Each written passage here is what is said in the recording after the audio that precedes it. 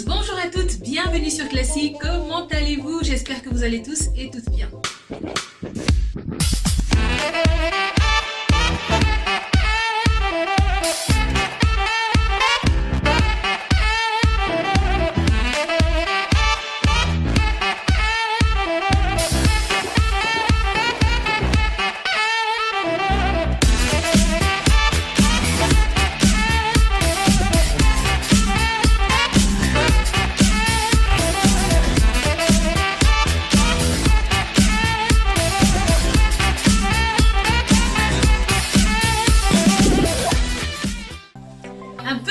Familiarité, mesdames, tout simplement pour vous donner quelques astuces afin de vous prémunir et de vous préserver. Sachez que la familiarité est un appel de phare. Véritablement, il faut réaliser que la plupart des agressions ne sont pas le fait d'inconnus qui vous sautent dessus dans la rue, voyez-vous.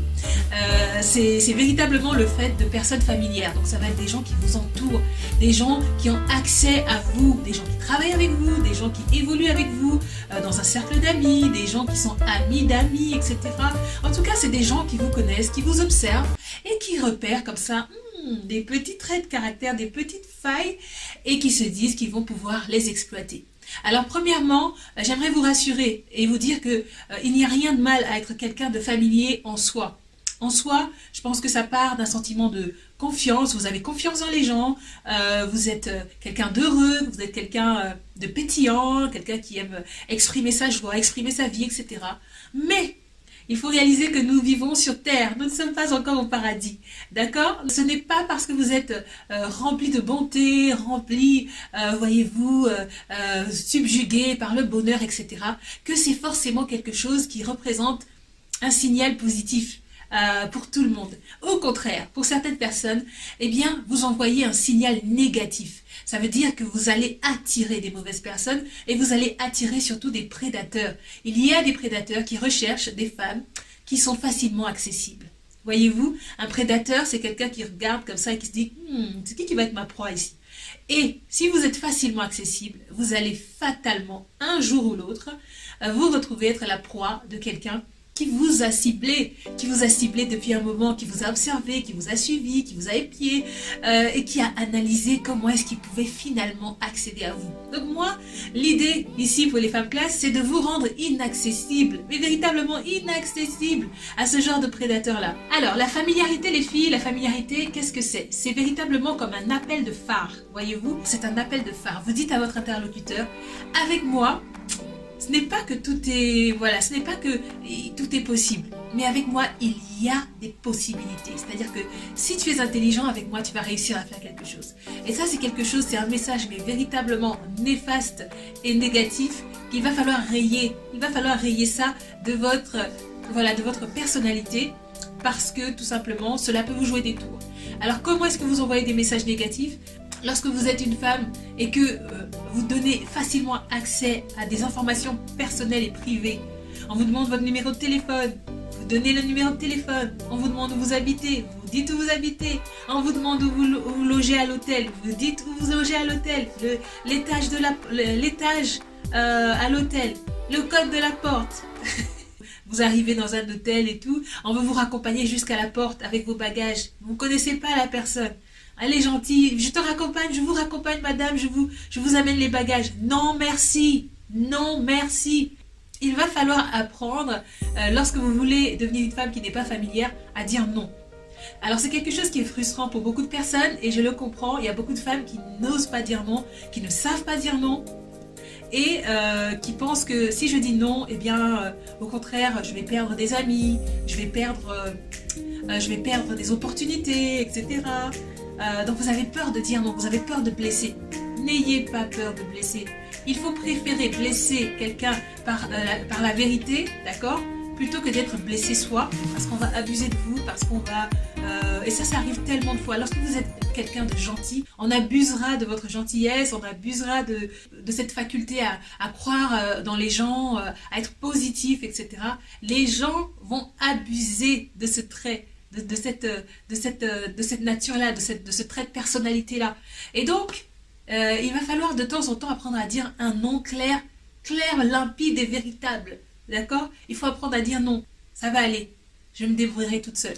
D'accord? Il y a plein de petites choses comme ça qu'il va falloir faire, tout simplement pour envoyer ce message de non-familiarité. C'est un message de non-familiarité. Alors c'est vrai que dans la société d'aujourd'hui, ce n'est pas tout à fait facile parce que les genres sont mélangés, hein, les hommes, les femmes véritablement se mélangent et évoluent énormément ensemble. Mais malgré tout, je pense qu'il y a des zones, des endroits là où vous pouvez véritablement marquer encore une distance. Il faut marquer ce point-là, qu'il y a une bulle privée dans laquelle c'est vous qui donnez accès, c'est vous qui décidez qui entre et qui sort d'ailleurs. Il faut aussi faire sortir des gens de la bulle privée, d'accord? Quand vous voyez qu'il y a quelque chose qui ne va plus, quand vous voyez que quelqu'un est en train de passer un peu les limites là, quelqu'un est en train de dépasser les bornes des limites, il faut le faire sortir de cette bulle où vous l'avez fait entrer, d'accord? Il faut être une femme aussi de caractère et il faut savoir, eh bien, voilà, trier, organiser un petit peu, trier un peu les gens, trier vos amitiés, trier comment vous évoluez avec telle ou telle personne, etc. Ça, c'est très important. Et donc, la familiarité, stop, on arrête. Et puis, on travaille dessus, on fait des efforts, on choisit avec qui on rigole et à quelle heure on rigole, d'accord? Parce que passer son temps à rigoler au téléphone jusqu'à 1h du matin, 2h du matin, ça, c'est très familier aussi. Vous êtes à 2h du matin en train d'échanger des SMS avec la jante masculine et tout, même si c'est un ami, il faut marquer un stop en fait. Il faut qu'il y ait une limite. Il faut qu'il y ait une limite, un contrôle. Un contrôle. Ne vous inquiétez pas. Ne vous dites pas, oh là là, si je lui donne pas une réponse favorable, il va penser que je suis méchante. C'est pas grave. C'est pas grave même s'il pense que tu es méchante. Avec le temps, s'il est quelqu'un de sincère, il va découvrir que bah non, tu étais simplement en train de te protéger. Il y a un temps pour tout et ce n'est pas dès le premier échange qu'on communique certaines informations. Et ce n'est même pas au bout d'un mois qu'on communique certaines informations. Les gens qui vous entourent n'ont pas besoin tout de suite de tout savoir sur vous. Hein, vous amenez les choses petit à petit, vous discernez d'abord, est-ce que ce sont des personnes de confiance? Est-ce que maintenant je peux leur dire telle chose me concernant? Est-ce que maintenant je peux donner accès à telle ou telle personne, etc. Les SMS avec les hommes, des amis masculins, etc. Il faut arrêter les SMS après 20h, 21h, tu arrêtes, terminé. Même 21h c'est trop. Même 21h c'est trop. 20h tu as fini avec les SMS. Le gars doit savoir qu'il va attendre le lendemain, 8h pour t'appeler. D'accord? Si tu ne donnes pas là, si tu ne donnes pas ce respect à ta personne, eh bien les gens vont abuser, ils vont abuser de toi, ils vont abuser, ils vont te fatiguer même avec les abus. Ne rigole pas avec n'importe qui. Il y a des gens qui doivent attendre avant de voir ton sourire. Je te dis, c'est la vérité. C'est la vérité. Au départ, ne rigole pas avec n'importe qui, n'éclate pas de rire avec n'importe qui. Tu dois donner cette image de quelqu'un qui est au contrôle, qui contrôle tout dans sa vie et qui ne lâche rien. Les hommes qui sont dans votre entourage doivent véritablement vous voir comme un casse-tête, c'est-à-dire comme une proie très difficile à atteindre. Ces agresseurs familiers en tout cas, c'est-à-dire que ce sont des personnes qui vous entourent, qui évoluent avec vous plus ou moins et qui ont pour habitude de toucher par-ci, de toucher par-là, hein, de dire telle chose, et puis de faire certaines choses avec les femmes qui sont autour d'eux, dans l'impunité la plus totale. Donc là, vous devez véritablement devenir un casse-tête. Si vous êtes une femme extrêmement tactile, les gens ne vous prendront pas au sérieux. Pourquoi? Parce que votre langage habituel était un langage familier. Et donc, du coup, vous perdez aussi de la crédibilité lorsqu'il va falloir véritablement attaquer des sujets qui vont être graves, importants. Eh bien, là, plus personne ne voudra croire ce que vous dites. Pourquoi? Parce que vous avez une habitude d'être familière. Et les gens vont rire et les gens vont dire « Oh là là, elle exagère aussi. Oh, c'est bon, on l'a violée. » Et puis après, d'accord? Donc voilà, c'était un petit message comme ça, des petits encouragements. N'hésitez pas à me dire ce que vous avez pensé de ce message en commentaire.